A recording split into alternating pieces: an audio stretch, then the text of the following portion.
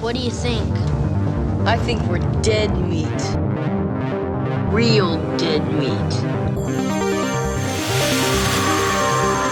You dead meat! Go ahead and laugh, you guys. If I ever find a little bastards that did this, they're dead meat. Hey everybody, welcome to another episode of the Dead Meat After Show for Chucky Season 2. Today we're going to be talking about Episode 5, Doll on Doll, and unfortunately, if you didn't notice, Chelsea is once again unable to join me. It's been a long month, you know? So today, since Chucky didn't work out too well, I'm going to have Tiffany by my side and see if she does any better than her very rude fucking husband. So our first guest for today is the actor behind both Glenn and Glenda, Lachlan Watson. Hey, Lachlan, nice to meet you. Thank you. We've never met before. Thank you for joining us for this Chucky After Show. I'm so excited to talk to you because you have so much on your shoulders for this show, playing both Glenn and Glenda. Yes, I have a lot on two sets of shoulders. Yeah, it's a little cumbersome. Glenn and Glenda were introduced, obviously, in Seed of Chucky, which didn't necessarily go over well with everyone at the time. A little bit ahead of its time, I think. What's great is that times have changed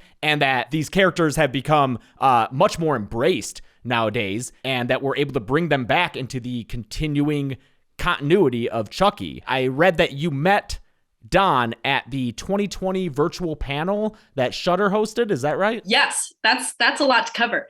Firstly, Seed of Chucky, I find it very funny that it wasn't received very well. And Don did warn me about that. He was like, people didn't really like that one that much, but it has a very dedicated fan base. And I was like, okay, I'm prepared for that. It spoke to who it needed to speak to, I think. And that was enough. It didn't need to be appealing to everyone because what it meant to the people it meant something to made it entirely worth creating in the first place. Yeah. Everyone always jokes about Don being like Chucky daddy, like Chucky is his kid, This is baby, this is his child. I'm pretty sure Jennifer got him like a rhinestone like chain necklace that says Chucky daddy on it. Oh my God. You'll have to verify that. And Jennifer Tilly may not always be telling the truth, but for me, I don't know.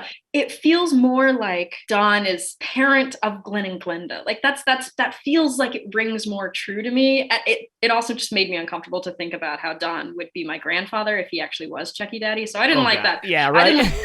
He didn't like that. I called him granddad once and he almost wrote me off the show. So I bet. The relationship he has with Glenn and Glenda feels so parental. And yeah, I was on a virtual panel in 2020, height of COVID, virtual San Diego Comic-Con. And I did a panel called Horror is Queer, where I talked about my trans character in the horror TV show I was on. And Don talked about all things Chucky and all things queer, which meant Glenn and Glenda. I didn't grow up with the Chucky movies, but all of a sudden I was listening to this guy talk so lovingly about these kids, these characters he created. And it felt like a proud parent talking about their kids. And that really stuck with me. And I don't think that's ever really changed. It's just been extended to me, which I feel very grateful for. He's since let it slip that was a big moment for him. That panel? Yeah. While I was talking about my journey, he was hearing similarities, parallels to Glenn and Glenda. So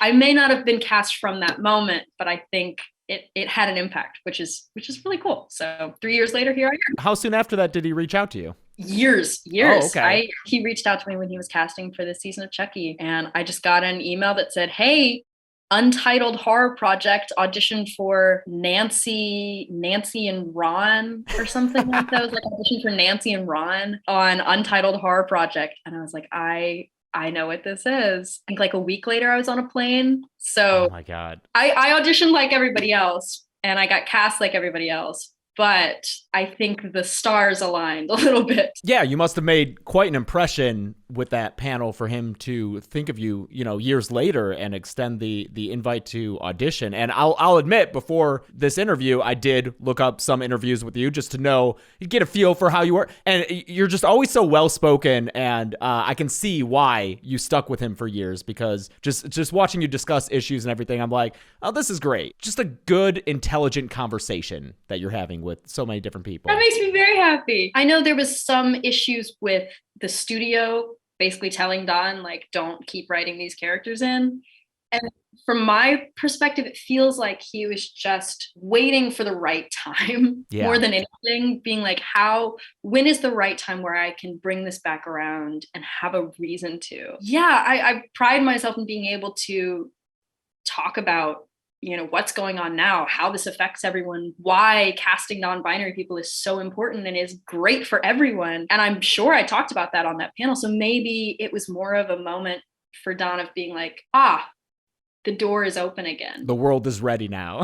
Yeah, the world is ready now. That's a great way to put it. Yeah, so I don't know. Either way, I'm happy to have been a part of the rebirth. Yeah, and I really like the point you made right off the bat about how art doesn't necessarily need to be for everyone. Because I hate that lowest common denominator, make whatever will appeal to the most amount of people. I hate that mentality when it comes to art, because then you don't get interesting or challenging things. And I think that Don recognizes that, which is why he went so hard into camp with Seed, and with episode 4 of this season, Death on Denial, which is just a completely bonkers. Yeah, absolutely. Bonkers is the best. It's the word. Yeah. Bonkers is the word. It's so campy and so like, just trust me, audience, we're going to take this detour, but it'll be worth it. I watched the episode early, my wife Chelsea and I, and we loved it right off the bat. As soon as we realized, we're just in this world for the whole episode, great. We loved it. But while we're watching it, we're like, how are the fans going to react? Especially younger fans who maybe don't know who Gina Gershon is or what Bound is, right? And so when the episode aired, I hopped on Reddit and Twitter, and I'm watching the live discussions. Yes, I was too. Yeah. And so I don't know if you saw this, that 10 minutes in, you start to get people being like, what is going on here? What is happening? This? Yeah. But by the end of the hour, I think it won over most of the people, and everyone was like, "Oh, all right, this is cool. This is awesome. We get more Glenn and Glenda, and it's this weird campy thing, but it was a really fun journey, and I'm really happy with the reception to it." I was also unsure. I think all of us were. I had both of my parents separately texting me because they were watching it. Alex Vincent was texting me about it. Dawn was texting me about it. Jennifer Bella, who plays Nadine, was texting. Like, I had all of these people were texting me being like, I can't believe this, and this looks so good, and people are loving this, and this is amazing. Dawn has this way of making these characters, making these storylines that you watch them for 2 seconds and you're invested and you're so deep in this lore and you're a part of it and you're in on this huge inside joke that you can't just turn it off. You can't just leave. You can't undrink the tea. Like, the tea is amazing. Like, I've never experienced a piece of media like it that has this insane community, this like, they joke about Don being a cult leader, but I swear to God, like, it makes you feel like family in this like shockingly cathartic way. And I definitely got that impression from fielding even 5 people, much less all of Twitter, and just like listening to people talk about it. Was part of you scared or at all nervous about the reception to, not only your performance, but these characters? Because, obviously there is a certain segment of the population that is going to bristle at any kind of challenging thing or any introduction to ideas that they think are, I don't know, woke or whatever. They whine about Chucky having LGBTQ plus elements, even though it was created by a gay man and has included gay characters since at least 1998. And so it's very frustrating on my end, just as a fan and champion of the series, to be like, you guys are idiots. Like, it must have been, at least, no matter how confident you are, it's got to be a little scary, right? Absolutely. Yeah. Half of it, I wasn't even privy to, the editing and the entire post-production that goes on to make the twins, started the second I left set. My experience was doing it one way as Glinda, doing every scene we had that day as Glinda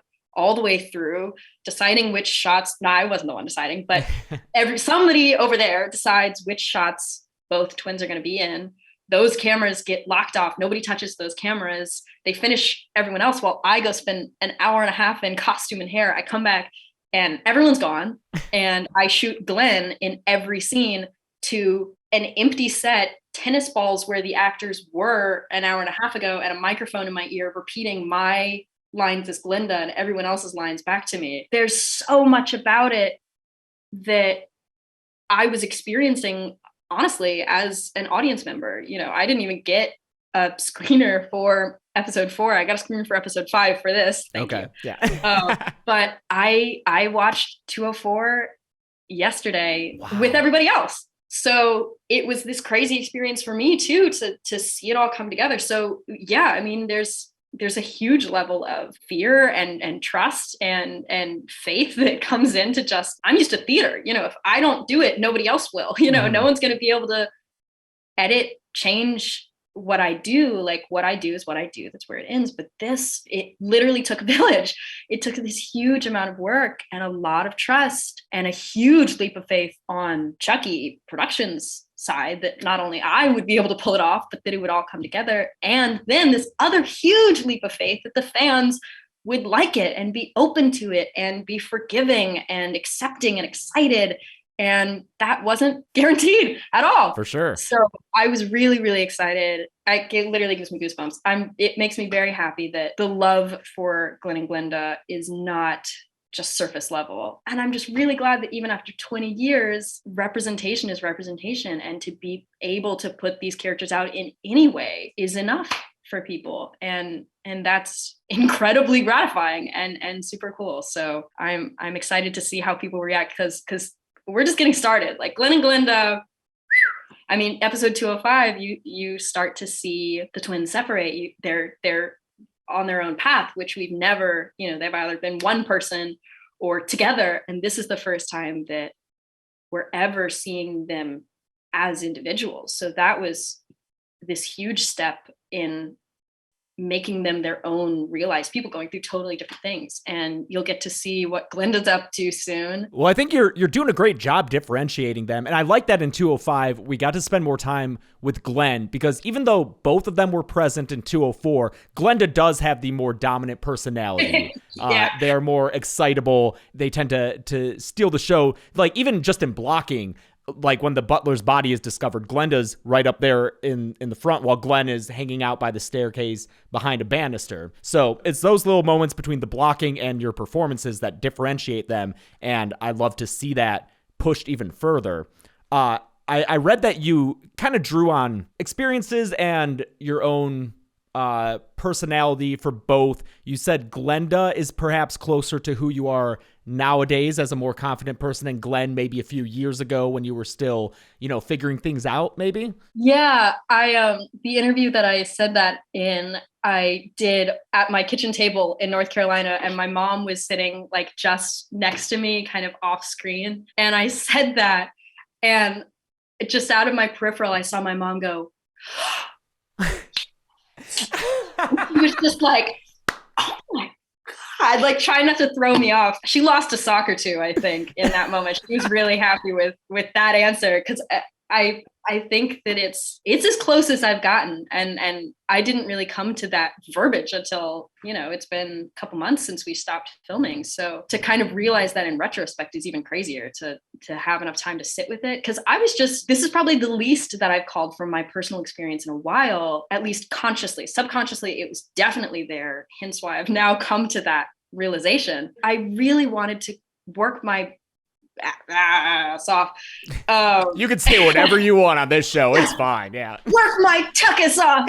To, like, make them individuals and like make them human people who have lived 18 years since we've seen them. And that was my main focus. Whereas a lot of the stuff I've done previously, I've shown up and been like, oh, you want me? Okay, whatever. All right, Lachlan, there you go. I spent a lot more time thinking about how to differentiate them from each other, but I don't think I was even thinking about how similar they are to me. In that same interview, I read how when it came to doing the style and aesthetic of the characters, at first there was a just nomenclature used of, okay, Glenda will have more feminine traits and Glenn will have more masculine. And I liked reading that you kind of pushed back and challenged that of like, but what does that mean? That's not telling me anything or anything to work with. Like, do you mean more confident, assertive, soft? And I like that you landed on glam for Glenda and grunge for Glenn, right? Yeah, specifically in costume fittings was where those two words came about, and then it just ended up carrying through. That it was just fun to start describing acting choices as glam. Like, what is that?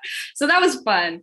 But it originally came about, in the costume fittings, because I think even Dawn was really just trying to land where they were. And I would like to think that part of the reason that I got cast is because I have that instinct and I can help be a completely, unbiased opinion coming in and having not been affected by the building of these characters originally, I could shift a little bit. So I shifted because, no one could quite decide or agree on which one was masculine and which one was going to be feminine. And then there was a lot of confusion with the hair because we knew that Glenn would have the long hair, Glenda would have the short hair, which is a reverse from the end of Seed of Chucky when they're human. And then there was just all of this miscommunication where half the people couldn't tell the difference between Glenn and Glenda, and we'd get them switched up all the time. And then the other half of people would be like, well, which one's the boy? Which one's the girl? Like, what are we doing here? And then it took me and Don going in and being like, they're both everything. Yeah. They're both everything. And so then we didn't have that to fall back on, which I think was a huge breakthrough. The second that you take that away, you have to get creative. When you're painting with gender, essentially, if you will, limiting your palette and taking away what you know about gender, what you grew up with, the simple terms that we use, if you take that away, you really have to think about not only how do I describe these characters, but who are these characters? If we take those things away, what matters to them? And for me, that's way more fun because you get away from masculine and feminine. You start going, well, Glenn is seeking comfort. They hide in the corner. They still care about the room filled with the stuffed animals. And so they're going to reach for baggier things, more comfortable things. They're looser. They're more soft, and their way of being hard is different from Glenda. It's more in the form of like a belt, whereas Glenda is like boots and like a necklace. Like Studs. It's different. Yeah. And Glenda is looking for sharpness, and Glenda is to the point and gets things done. So how do we represent that? We represent that in like a mini skirt. We represent that in hard things, functional things. And that's so much more fun because you don't get that when you're just like, well, that one's the girl, so obviously she should wear a skirt. It's like, but why are they wearing a skirt? They have to run around like, do they need somewhere to store a knife in their boot? And I got everybody on that train, and all of a sudden everyone was not only communicating better, but they were excited about it because it was something new, and they weren't limited anymore by, well, it has to be this, it has to be this. I was like, it doesn't have to be anything. Like, that's what I'm most passionate about, clearly, when it comes to talking about being non-binary and queer representation, is it's not taking things away. We're not taking away non-queer stories. What we're doing is we're giving everyone permission to think outside the box and to use different language and to cast whoever you want to cast. I'm extremely grateful that not only did I have an audience at Chucky to listen to me do this similar thing, just start screaming and yelling about stuff I love, but they listened. And not only did they listen, but they genuinely wanted to know how to make these characters better. And that's something that is depressingly rare in Hollywood. And I believe that comes through on screen. My technical director back there is applauding in the air. Like, it's so good to hear all that. Well, my mom's not here to sit next to me and start snapping, so it's good to hear that I have a surrogate mom in the for sure. Yeah, he is my surrogate mom. Yeah, because I've seen the same kind of conversation, like the picture of Glenn and Glenda posted, and I've seen some comments be like, but wait, which one's the boy and which one's the girl? Yeah, it's like, It's such restrictive thinking, and I think your approach makes them much more fleshed out, interesting individuals who aren't reliant on, like you said, the constructs of things that we were maybe raised to believe and that just society takes for granted. I always think it's really funny.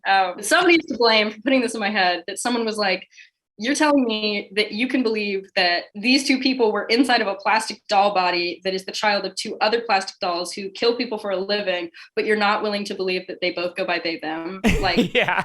like that's where you draw the line at, whoa, this is too crazy. This is too out of the box. Like, you're literally watching a show about murderous come to life plastic dolls. Like, queerness is like, whoa, dude, that's too much. Get it out of my horror. Like, You're already in the thick of it, buddy. Yeah. Like, you're already way past crazy. Like, just revel in it. Just take what you can from it. Now, I know that I read that your approach to playing Glenn and Glenda, you didn't want to rely too much on what happened in Seed, because even when they're humans at the end of Seed, they're very small children. And your approach, which I think was the right one, is that they've lived however many years, 14 years or whatever, since then. And so obviously they'll have grown into new people, essentially. And so you're playing those new people. But I was wondering how much and what you took from the doll's performance and from like Billy Boyd's performance, because I noticed an eye twitch in this episode. So I'm assuming you took that from the constant twitching that Glenn the doll did. And then I wanted to know, have you met or talked to Billy Boyd? Because he's so adorable and I love him. I'm going to meet that man. The last thing I fucking do. I have loved that man since I was so little, watching Lord of the Rings. Lord of the Rings, for sure. Always my favorite character. I had little Merry and Pippin action figures when I was small. Aww. My sister was a Harry Potter nerd. I was a Lord of the Rings nerd. So I love him and I'm so excited. And I know we will meet and I will maybe pass out, I think, a little bit. I've only seen the Glenn and Glenda parts of Seed. You haven't watched the rest of Seed? Kind of all I had time to watch before I was in the deep end. I needed to watch the Glenn and Glenda parts. Sure. So I pulled up pretty much every single YouTube like compilation I possibly could. And there were a few moments where Don specifically asked me to try and emulate him. Like in 204 when Gina's doing the like crazy accent. Oh, we wouldn't hurt a fly, that line? We wouldn't hurt a fly. Yeah, that one. And they must have killed the poor sod in self-defense. Those two, Don was like, I want you to try your best to sound like Billy. Me and my acting double, Annie, who played the other twin, we were in the car on the way to the set and we were literally just like repeating it back to each other. Just like be in the car, just, he must have killed the poor sod in self-defense. Like we would just like over and over, just like try and repeat it back to you. And I don't know if we ever really got it. And then some people caught that at some point in 204, I'm playing with the bear in the basement with Nika. And I called the doll Billy the Bear. And I was like singing to him in like a kind of British accent. And that was just total bullshit on the day. And also I will take credit for the Pinky Promise. That was my idea. Really? Oh, that's such a funny moment. Oh, that was me. Not in the script anywhere. Thank you very much. I just did it on accident. that's why it seems so genuine. And it's one of those jokes where like it takes a second and it hits different people at different times of like, wait, oh shit, like it's so funny. Lachlan, the actor, felt so bad because Fiona, not even Nika, I could see right into Fiona's eyes. And she was just like, really? And I was like, I'm so sorry. And Don came busting in and he was like, we're keeping it. But yeah, there's kind of this underlying storyline that will continue to unfold of twins trying to recall everything that's happened in them and who they are and why they both feel this hole in their chest. And so that's kind of something that unravels. Glenn gets the doll, at least at the end of the episode, and immediately recognizes, they say, it's me, which I thought was a great moment. Yeah, that was really, I really had a good time with that because they were like taking pictures and they were like, this is going to be a big moment. They were like, do you know how many people are going to screenshot this and post this on Twitter? And I was like, yeah. I wanted you to be able to just jump into these characters, whether you've seen Seed of Chucky or not. It was kind of purposeful. But the script also helped and made it really fun to like plant these little seeds. Plant these seeds of Chucky. Plant these seeds of Chucky. And I just want to say, you're jumping into this franchise. It's well established, not only with the people behind the camera and the characters in front of it, but like you're also jumping in with huge actors. Jennifer Tilly just seems like a force of nature every time I see her in character or in interviews, but you jumped into the deep end and you held your own. And I think you're a great addition to this amazing, such a special franchise, and I'm so glad you're a part of it. Thank you. I feel very, very grateful. And I've been joking that I have really big shoes to fill, but they're not. They're tiny little they're little doll shoes. They're really not that big. They're pretty tiny, yeah. You'd think it wouldn't be that hard because they're just so little, but they're big shoes in my heart. But I feel very at home. And whether that's behind the scenes or interacting with fans, I just feel like I've been welcomed with open arms, which is really, really cool. And I don't even feel like they're like hiding a knife anywhere or anything. Like the arms are just open, knife free. So I'd consider that a success. That makes me very happy. I'm glad Chucky fans are doing you right. Well, thanks for having me. Absolutely. And I hope we'll get to talk again. Oh, we will. Okay. Ooh, good. Yeah. I mean, I have this appointment open next week if you want to have this same therapy session. Yeah, maybe. Just every week, just the Lachlan show. Yeah. Cancel everybody else. Nobody else gets to do the after show. It's just Lachlan Watson in a bunch of different hats. Sure. All right. Thanks again, Lachlan. I'm sure we'll talk again. Bye. Bye. And our second guest for today's episode is the head of the makeup department, Sid Armour. Hey, Sid. Hi, James. How are you? I'm good. It's so nice to meet you and talk to you. I have a lot of questions about the makeup department because I've talked to Tony Gardner, the lead puppeteer, plenty of times about Chucky, but my understanding is that he doesn't do a lot of the gore and obviously not the makeup. It sounds like you're the person to talk to about that. Can you explain exactly what you do as far as your job goes? How much of the blood and gore effects do you do, and how much of it is more just like getting people camera ready? Myself and the key makeup artist, Kayla Dovalis, we do all of it. And that's why Chucky is so much fun, because it's so much blood and so much high glam and so much makeup. And that's what we love the most. And we do a lot of blood, and blood on a Chucky show really takes a village, because there's a lot of different kinds of blood and a lot of purposes for different kinds of blood. Has somebody been freshly killed, or do we need it to last all day? So usually makeup, hair, costumes, and effects will all come in to do a body if we're going to kill somebody that day, and figure out who's responsible for what part of the body. But very often when it comes to blood, we get a big old Hudson spray bottle that you use for gardening, and we fill it up and say, "Are you ready?" And I usually just take the pump and just go nuts and spray the heck out of everybody. In this show, a lot of times people's faces are being splattered with blood.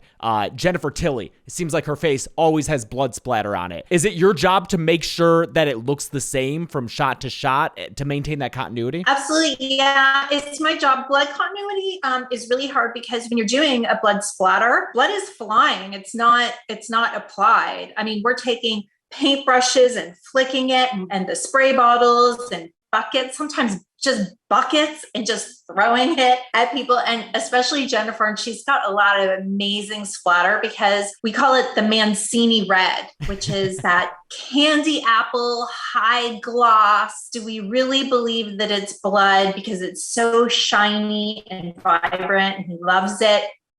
And it's on top of all of her, all of her glam makeup, and you get the red splatter everywhere, which is beautiful. Yeah, you mentioned you've been doing this a long time. According to IMDb, your credits go back to 1998 with Bride of Chucky, it says you worked on. Is that true? You were in the makeup department for that movie? Yes.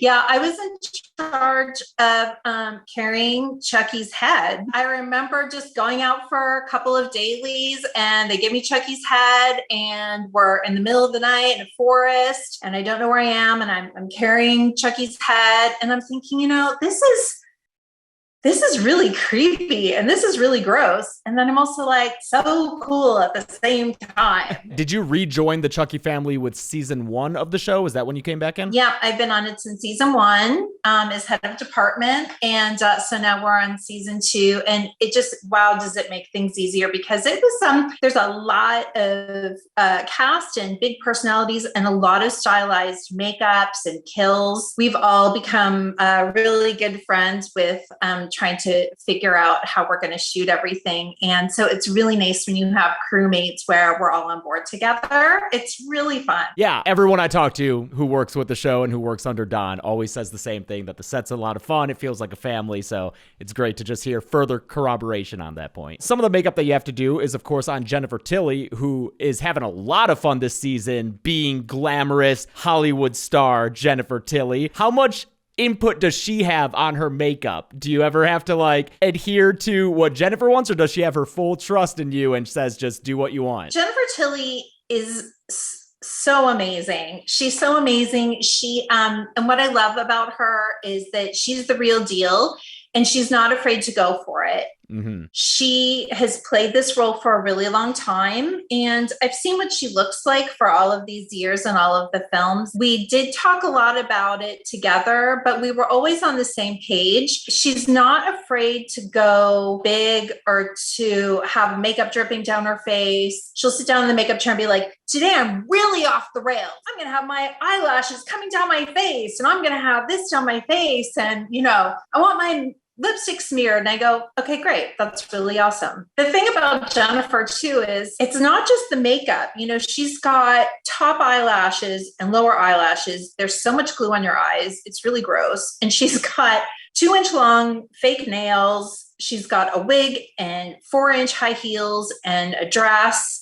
And it's 100 degrees on set. She's just going for it. She's very physical, and she, is just larger than life. And, she's got to do that for hours and hours and hours. And I just think to myself, if I had to wear heels for more than 5 minutes and run in them, no less, you're paying me, I'm out. I couldn't do it. And so I just look at her and go, you've got to be kidding. She's the real deal. And it's really fun when Don comes into the makeup trailer. He's super busy, but he always has time to come in and he'll talk to Jennifer or Fiona. And we kind of go over what's the tone for the day? What's happening? Because everybody gets a little bit confused. Yeah. There's dolls and serial killers and gender bending and people are in each other's bodies. And we're like, okay, wait, what? What? You're doing the makeup for both Glenn and Glenda, both played by Lachlan Watson. Are there any techniques that you're using to help differentiate those characters and make them their own? For sure. I mean, it's so exciting to do both of them. Lachlan is awesome.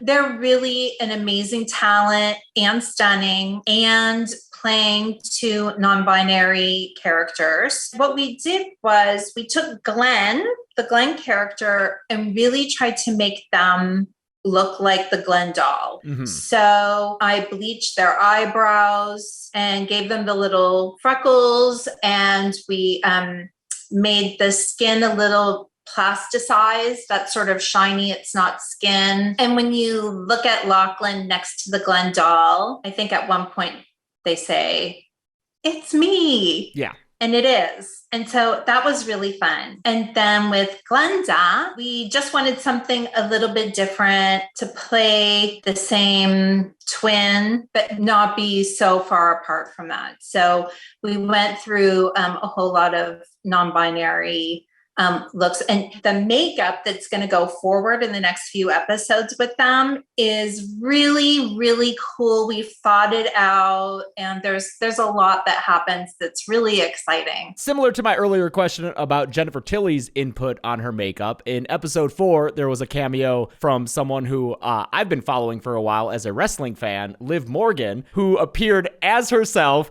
in full wrestling gear. Did you do her makeup, or did she come with her own?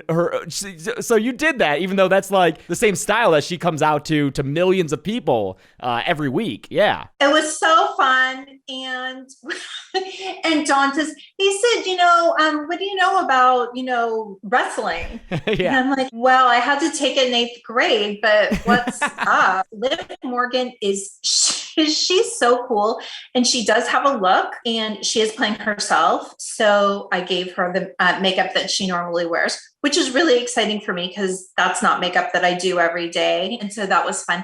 And she also had her whole stomach was a prosthetic, yeah, so that she could be stabbed. And Francois and Tennille from Mine Warp Effects, mm-hmm. they did that, and you could not tell staring face to face with her that she had anything going on. It was really fun bit at the end. I thought it was pretty amazing comic relief, and Liv was really cool. Yeah, I had no idea that was a fake stomach. It was literally while I was waiting for this interview to start that I saw on Instagram, there was like a little behind the scenes reel where she was showing the fake stomach. I was like, I'm looking at it and I still can't tell.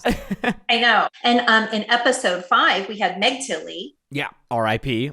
It was amazing. Like, that murder was so much fun because Meg is so sweet. Yeah. She's just wearing her little striped linen blouse, and Jennifer is wearing all the makeup that we have. Like, she is wearing just, like to the nines. And we go over and we're getting ready to kill Meg. And Meg says, so I don't love blood or anything. This is going to be CGI. Like, you're just going to put like a couple little drops there, right?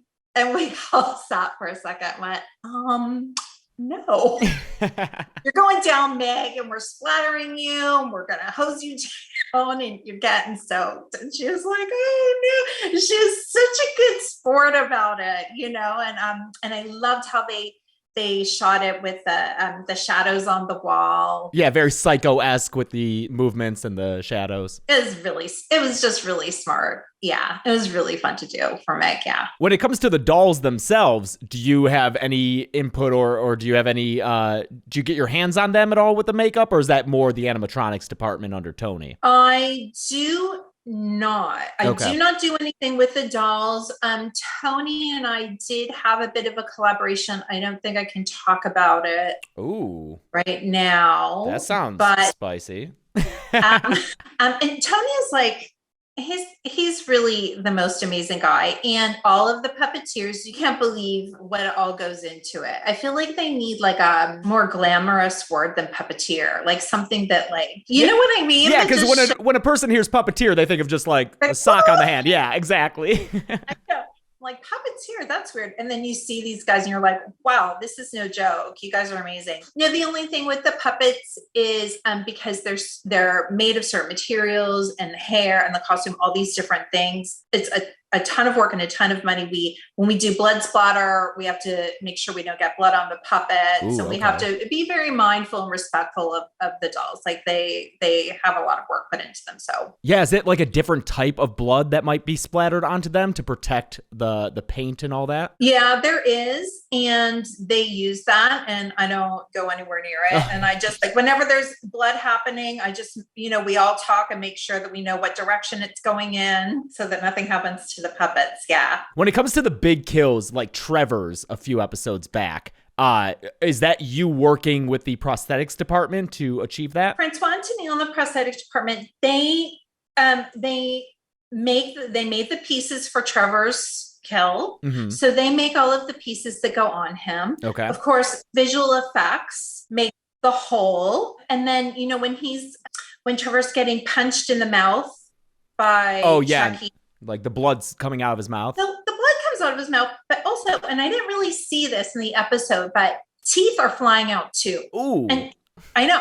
Francois made me like a nice cup full of teeth, and we made a good like teeth to blood cocktail, threw it in his mouth. I didn't see the teeth, but then once the teeth hit the floor, we're like, it's kind of gross. I'm not going to put them back in poor Jordan's mouth. And so there we were in the middle of the night with no teeth. And I'm like, you know what? When you're out of ideas, go to the craft truck. And I'm like, let's get some gum. And we got some of the little white chiclets, and we cut them up. Cut them up. We put them in a Dixie cup and shook them together with some blood and made Jordan like suck it back. And at least it probably tasted good, He was really good because it was such because they knew it was going to be so slow motion with his face and the blood coming out, that it was very specific and it had to be done a lot of times. So yeah, stuff like that. It's a lot of people involved in a lot of those kills. Yeah. Yeah. Like you said, it's a whole village to bring these things to life, from makeup to prosthetics to the visual digital effects. It's great how it all comes together, with Don at the top, just making sure it all goes right.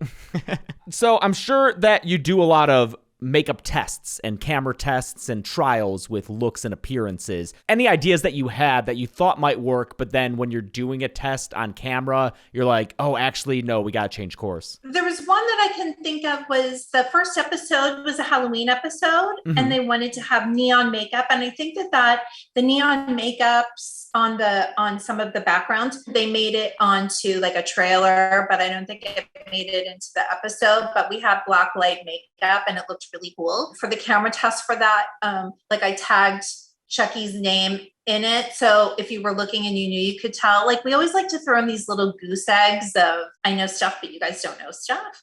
And so we did that. And Dawn was like, why do you have Chucky's name on this person's cheek? And I'm like, Dawn, it's amazing. And I mean, it didn't make it there anyway. But Sure. For the most part, it's camera. When we do a lot of the makeup tests, it's a combination of the lighting and the camera, the technical aspect, and does the makeup go along with that, all of that? So that they can adjust to the work that you're doing. Is that right? Exactly. And also, very often when we do makeup tests, sometimes it doesn't even make it to camera. We just want to see like, okay, how long is this going to take? Can this be done by myself, or do we need the prosthetics department to come in? Can I relieve myself for 2 hours to do a big makeup like that in the middle of a night? And, is everybody on board with it and comfortable with how it turns out? And then Dawn will come in and okay it, or we'll send pictures to everybody and make sure it gets approved around. When you're doing these tests, is it just with members of your department, or do you have any family and friends that you constantly use as guinea pigs? In episode 1, there was a scary as heck clown. The clown kid. He's scary. You're right. The key makeup artist, Kayla Dobolis, she lives for clowns. I was like, Kayla, it's your day. You're going to do the clown makeup. And it was just like, it's mind blowing because it happened so fast. And I don't know if other people get as excited as we do, because we just all geek out and go, oh my God, the clown was so scary. And that was like one of the major things of that whole episode was how much we loved that clown. And, but when we first did it, Kayla did it on herself. And I said, okay, now go down to Dawn's office and see how much he likes that. And she's like, but you have to go through all the hallways and past all the other studios. And then you have to go through all the office. You have to pass all the producers. Like, off you go ahead, off you go. And she was like, don't do this. I'm like, it's awesome makeup. Be a clown. Go to the office.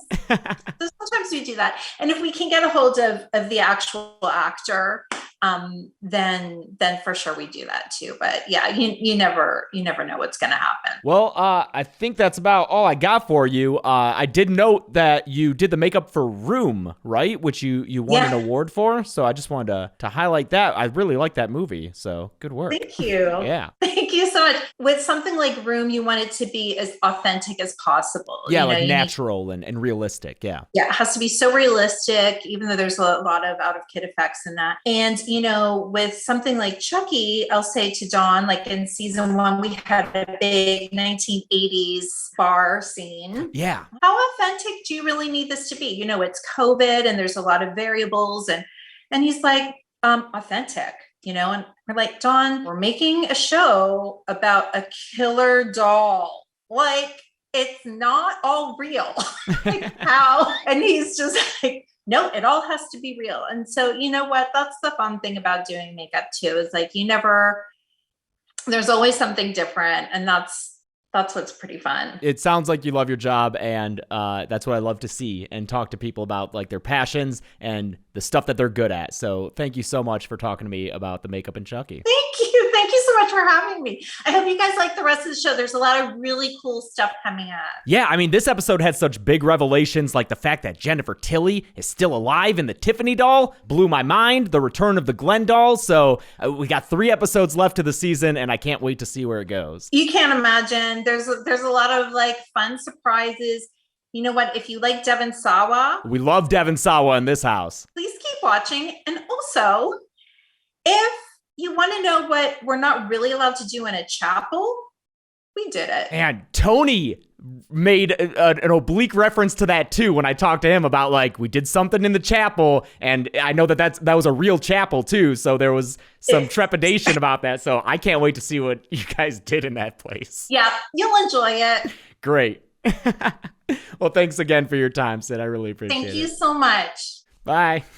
Bye. All right. Thank you, everybody, for joining us for another after show. Wonderful conversations. I liked getting really technical with Sid, and God, Lachlan was just an amazing conversation. I would love to talk to them so much more. They're just so smart, and they're only 21. Oh my God. They make me feel like a dumb old man. But Tiffany didn't really do too much, but I don't know, she was nicer to look at than Chucky, so I'll take it. And hopefully next time Chelsea will be able to join us. I guess we'll see you then. Bye, everybody.